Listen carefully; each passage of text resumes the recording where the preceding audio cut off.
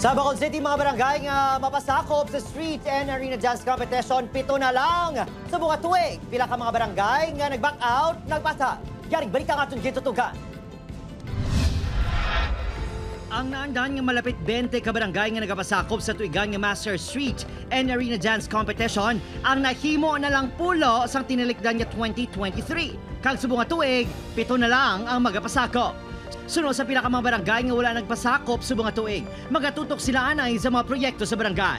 Sakto ginagasto-gastogin tapos ako danyo elected kapitan ti hard up pa sa barangay purti hindi ikwe subong ya mag-intra sa maskara. Hindi mo pa kanon karon pigaw ila dance. Itis nga amon subong pa concentration kung paano naton ma-solve ang problema sa baha.